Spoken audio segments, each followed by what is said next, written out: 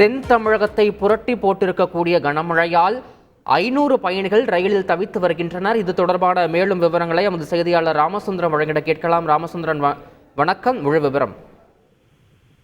அதாவது நேற்றைய தினம் அந்த திருச்செந்தூரிலிருந்து சென்னைக்கு புறப்பட்ட அந்த செந்தூர் எக்ஸ்பிரஸ் ரயில் அந்த ஸ்ரீவைகுண்டம் அடுத்த அந்த தாதன்குளம் பகுதியில ஏற்பட்டுள்ள அந்த காட்டாற்று வெள்ளத்தின் காரணமாக அந்த வெள்ளத்துல அந்த ரயிலுடைய தண்டவாளம் அரிப்பு ஏற்பட்டது. இந்த தகவல் அறிந்த ரயில் நிலையத்தில் அந்த இன்ஜின் அதிகாரிகள் ரயில் நிலையத்தில் ஸ்ரீவைகுண்டம் ரயில் நிலையத்தில் அந்த ரயிலை நிறுத்தி வைத்திருக்கிறார்கள். சுமார் 500க்கும் மேற்பட்ட பயணிகள் அந்த ரயிலில் இருப்பதாக முதற்கட்ட தகவல் கிடைத்திருக்கிறது.